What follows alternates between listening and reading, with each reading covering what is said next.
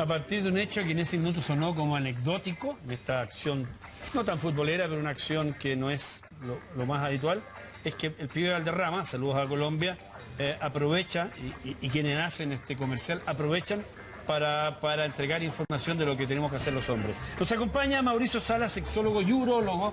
Bienvenido, Mauricio, una vez más al programa. Gracias, Mauricio, por estar aquí. Qué llamativo que... ¿Usted se acuerda de esta imagen? Bueno, se usa mucho en fútbol tocarse entre el ombligo y la rodilla, ¿cierto? Pero esto fue muy marcado en la cámara, justo lo estaba viendo, y a partir de esto es lo que el pibe Valderrama señala, que los hombres, cosa que yo creo que hacemos un tercio de lo que hacen las mujeres con sus mamas, que las mujeres sí se las palpan, yo creo que nosotros nos palpamos muy poco los testículos. Sí, los hombres, incluso las políticas públicas, han dejado un poco al hombre de lado. Siempre se habla de la mujer, el niño, pero del hombre nadie habla. Y de hecho, a nosotros somos formados desde chiquititos por nuestras mamás, por nuestra sociedad, en que seamos autosuficientes, que los hombres no lloran, guardar las emociones, y nos hemos metido para adentro un poco, a todo nivel, en la parte de examen físico, en la parte del cuidado personal. Y ahora tenemos que cuidarnos, porque tenemos que durar harto tiempo y en buenas condiciones. Así es, para que usted se comunique con nosotros, ya tenemos un especialista. Y este tema de verdad que le interesa a todos. Seguramente también usted, señora, puede preguntar por su marido. Más 562-2707-7156 y también las redes sociales con... Conectados Tumor es nuestro hashtag de hoy para que lo usen en Twitter, Facebook e Instagram, conectados con un número 2 TV Chile, para que nos manden todas sus consultas. Mauricio, don Mauricio, nuestro doctor querido de la casa, ya amigo de la casa. ¿Partamos por el testicular para hacer una relación? Vamos a partir por ese examen. ¿En qué consiste? ¿Cada cuánto tiempo lo debo hacer?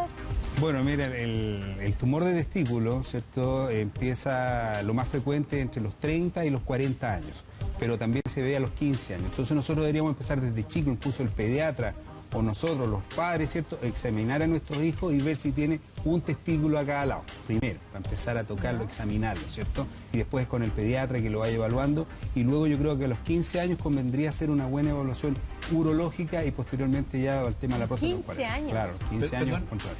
Es que lo que usted dice es una realidad. Muchas veces los niños, no sé a qué edad, no recuerdo, pero me pasó con unos hijos que uno de los testículos no la había bajado. ¿Eso es una señal de alarma que no haya bajado un testículo o es algo que se puede producir? Lo habitual es que los testículos tienen que estar abajo. ¿Por qué? Porque son unas gónadas que para funcionar y producir espermio tienen que tener 1 grado menos de temperatura. Y si están ubicados en el cordón inguinal, tienen más riesgo de traumatismo, de desarrollar cáncer. Entonces, el cáncer también se puede prevenir con un buen estudio, un buen análisis. Si uno tiene familiares con antecedentes cáncer testicular, uno tiene que hacer un control más periódico y más acucioso. Es importante lo que estamos hablando, porque yo, por ejemplo, pensé que tenían que empezar a examinarse después de los 40. No, pues esta evaluación es casi de toda la vida. No, 40 ya es cuando uno empieza en la próstata. En la próstata, pero nosotros, exacto. Por eso los hombres no nos dejamos de lado, nadie nos examina, entonces tenemos que generar un cambio en el concepto global. Nosotros los hombres, ¿cierto? Este sexo fuerte también es débil. Tenemos nuestras debilidades en cuanto al cáncer de testículo y cáncer de próstata, que en la actualidad es la primera causa de mortalidad en el hombre.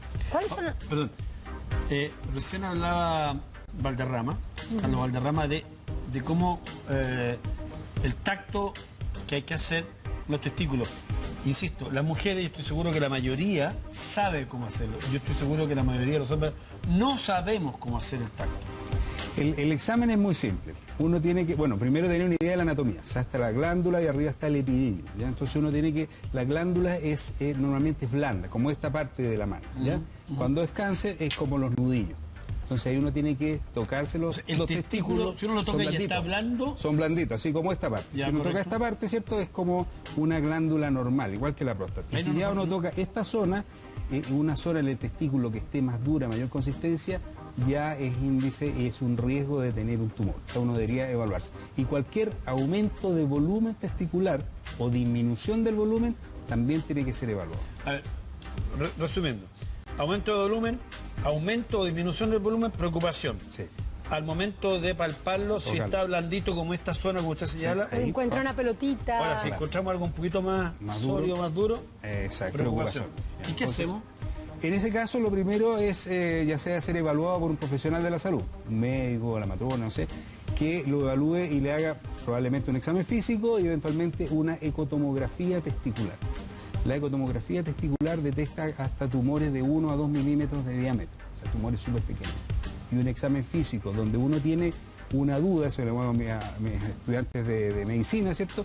Si uno tiene una duda, un testículo un poco extraño, mejor hacer la ecotomografía inmediatamente, que es un examen simple, no es costoso y es rápido. Basta con esta ecotomografía. Y en el caso que sea especial, ¿se hace una biopsia? En qué caso de que haya uno sospecha un tumor, ya uno tiene que ir a una cirugía. Dependiendo del tamaño del tumor, puede ir a la extracción total del testículo o una parte. ¿Ya? Pero dentro del tema general de los tumores, yo creo que hay como 3 puntos clave. Uno sería la prevención, o sea, cómo uno previene un tumor, ya sea de testículo o de próstata. Es, por ejemplo, si uno tiene antecedentes familiares que requieren mayor control. Segundo, en caso de, como tú lo mencionaste, criptorquidia o testículos altos migratorios, ¿cierto? También tienen mayor riesgo. Testículos pequeños, atróficos, tienen mayor riesgo, entonces uno tiene que hacer un seguimiento más acotado, ¿ya? Una vez que uno tiene este diagnóstico, esta prevención, ¿cierto? También es importante disminuir el consumo de tabaco, alcohol, ¿cierto? El sedentarismo, todo eso va generando mayor riesgo de desarrollar un tumor. A propósito, estamos viendo la imagen de 2 futbolistas. En el fútbol, como en otros deportes, de pronto pueden haber golpes en esa zona. ¿Un golpe podría provocar un tumor? No, el golpe propiamente tal no provoca el doctor, pero sí puede ser como un factor diagnóstico. Los pacientes dicen, oye, me golpeé el testículo, pero lo encontré duro. Y uno lo examina y no es tan... Hay una asimetría y una discordancia entre la clínica de un golpe pequeño con lo que uno toca un testículo muy duro, muy grande. Entonces ya no es lo mismo. Entonces ya uno entra a hacer ecotomografía y a diagnosticar de manera precisa el tema. Vamos con las consultas que tiene la gente. Vamos a partir revisando nuestras redes sociales con el comentario de Marta Pérez. Ella dice, me encanta su programa, saludos desde Trelew, Chubut. Bárbara Rojas dice, qué buen tema, es muy importante informarse a tiempo, realizar análisis regularmente, al igual que nosotras, y descartar algo que con el tiempo puede ser fatal. Saludos para todos. Y Rodrigo Ajata tiene la primera pregunta de hoy. ¿La masturbación excesiva causa inflamación de la próstata? No, la masturbación no genera ningún tipo de problema, o sea, depende de la persona, ¿cierto? Si una persona se masturba porque tiene un problema relacional, tiene un problema de identidad personal, sí puede tener problemas, pero la masturbación propiamente tal, que en un momento se pensó que era el onanismo, ¿cierto? Que todas las degeneraciones eran secundarias a la masturbación, no es así. Ya vamos a ir con el tema de la próstata, pero por un tema, un tumor pierde un testículo. ¿Qué incidencia tiene el desarrollo normal de la vida de un ser humano? Bueno, la pérdida de un testículo no genera problemas, ¿ya? No genera problemas si uno tiene el otro que se desarrolla bien, uno puede producir buena cantidad de espermios, testosterona y todo, pero sí requiere un mayor control. Si uno ha tenido un tumor en un lado, tiene riesgo de desarrollar un tumor del otro lado. Tiene mayor riesgo. Claro, tiene más riesgo. Entonces, las personas que, por ejemplo, se operan de tumor de testículo tienen que guardar los espermios. Por lo menos un par de años se guardan esos espermios si quieren ser padre o quieren extender la familia, ¿ya? Entonces uno lo puede, está dentro de la ley que uno puede conservar los espermios. Pero con un solo testículo igual puedo... Perfectamente. Perfecto. Como en el caso de la mujer. Claro, y además, bueno, también está la alternativa de poner una prótesis testicular para la parte estética, ¿cierto? Que mucha gente tiene esa aprensión de que con un testículo es incómodo, ¿cierto? Prefieren tener 2, se pone un testículo, incluso se puede proponer en el mismo proceso quirúrgico. Ok. Un amigo de la casa lo llama, doctor, porque quiere hacer una consulta desde Río Negro. Antonio, ¿cómo estás, querido? Hola, Simonei, ¿cómo andás? Muy bien, muy bien. Jorgito? ¿Qué tal? ¿Cómo está, Antonio? Un abrazo. Simplemente no, quería comentar 2 cosas quería comentar. Una, mi papá tuvo cáncer de próstata, mi papá ya está fallecido, y fue aparentemente por lo que me había hecho el urólogo, por una hernia, porque no se hizo revisar después de los 50, él tenía una hernia inguinal, y la tuvo montada en los testículos, o sea, tenía, hablemos a lo criollo, tenía los huevos como una olla, y eso le trajo problemas. Después de la operación de próstata, se lo tuvieron que hacer con láser porque tenía todo el plancton, la capa que nos separa todo el sistema digestivo de la caja torácica, se le había desplazado hacia abajo, se la tenía montada entre medio. Tuvieron que operarla, después tuvimos que poner una malla, quedó perfecto. Y después con el tema Cuando le sacaron la próstata, le sacaron el 80 y pico %, y después con un tratamiento con unos comprimidos, anduvo bárbaro. Eso quería comentar, si era, después que me conteste por favor el doctor, si puede traer una hernia, algún problema al problema a la próstata. Y ahora para terminar quería comentar, hacerles un chistecito cortito que me lo acordé que estaba muy bueno. Dale, dale. ¿Podemos? Sí, por favor. La vez pasada me estaba acordando, un paraguayo, vieron que los paraguayos son siempre re machotes, así, re hombres, re viriles. Hombre, sí. Andaba con problemas ahí. Tiene que ir a ver al médico, pero no le gustaba mucho la idea. Entonces lo fue a ver al urólogo y el otro lo toca calmar y le dice, mire, le explicó todo cómo era. Bueno, dice, bájese los pantalones y acuéstese en la camilla. Y no le gustaba mucho. Bueno, hasta que le empieza a hacer el tacto rectal. Y entonces, no decía nada. Y por ahí el doctor tanteaba un poquito más. Y le dice, oiga, mi amigo, dice, ¿qué siente ahora? Dice, que le amo, doctor. ¿Qué? No escuchamos nada. Ah, que le amo, doctor. Ok, muchas gracias. Que no entendimos, pero alguien entendió la sala de elección. Mira, me quiero colgar del comentario y de esta broma final que acaba de hacer nuestro amigo, para plantear algo que a mí me llama la atención. No sé si la misma realidad en América Latina. Las mujeres van y se hacen Papa Nicolau, se hacen examen de mama, se hace una cantidad de exámenes respecto de su cuerpo que nosotros no somos capaces. Y cuando uno le pregunta a cualquiera, ojo, a cualquiera, yo diría que aquí hay varios, o sea, la mayoría estamos en la edad para ir a un urólogo y hacer... Sí. Nadie va. De verdad, yo digo, el grado de irresponsabilidad que tenemos los hombres lo encuentro increíble. Sí, no nos hacemos cargo responsablemente de nuestra salud. Siempre es como desplazamos hacia los otros. Bueno, me voy a ocupar por la familia, soy el proveedor de la casa, y no se preocupan de su salud. Yo creo que eso es algo que nos falta a los hombres, preocuparnos de nosotros, ser responsables de nosotros mismos. Entonces, dejamos que no, si tengo primero que mi señora, que mis hijos, que el trabajo, que el auto, ¿cierto? Y después queda la salud del hombre. El hombre estamos muy desplazados. Y es un concepto como global, que el hombre tiene que valérselas por sí mismo. Pero a ver, a los hombres que no están bien, está el tacto rectal y está el antígeno prostático, que es un examen de sangre, ¿no? Sí. Que es el que uno debería hacerse todos los años para saber cómo está el colesterol y varias cosas más que ustedes saben. ¿Por qué no nos hacemos algo que es tan sencillo y tan simple, incluido el tacto rectal? Bueno, eso es como un tema societal. El hombre se define, ¿cierto?, por esto de ser autosuficiente, de no tener sensaciones, de no tener emociones, no expresarlas, y además se define en el miedo a la homosexualidad, en lo no femenino. Entonces le tiene un poco miedo al tacto rectal.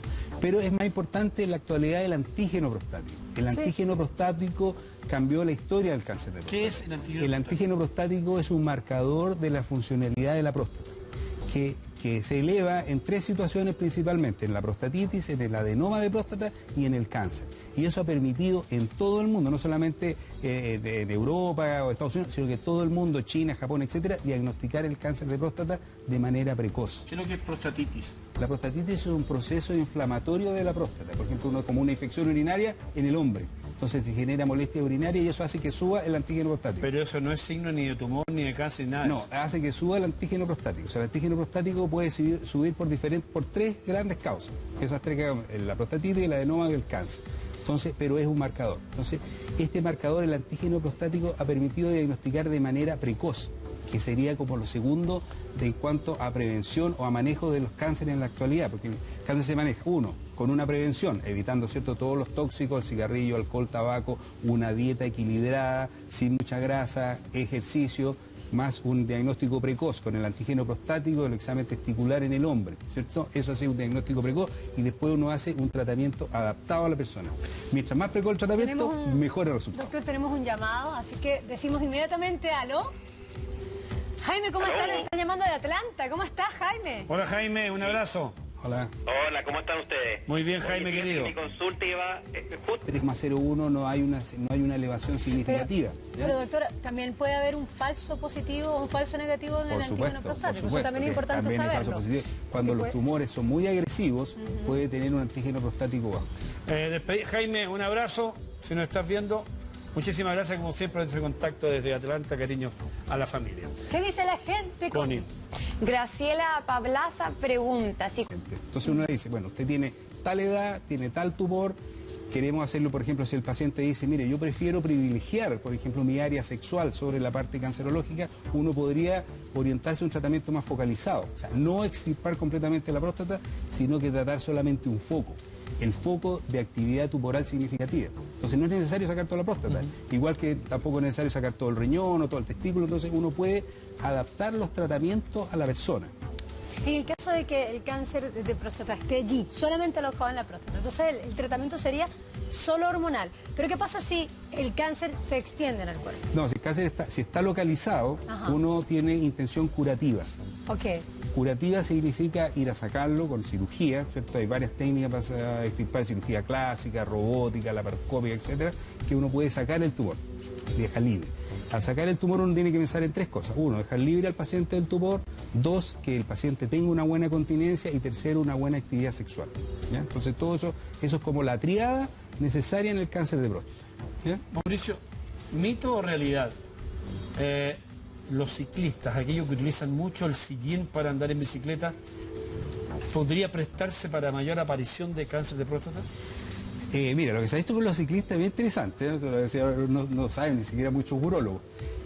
Cuando uno anda en bicicleta, ¿cierto? Este sillín, que es muy alargado, ¿sí? Genera una gran presión sobre el periné y la base del pene. Y esto genera un daño en las arterias del pene. O sea, los ciclistas tienen más riesgo de desarrollar una disfunción eréctil. ¿Ya?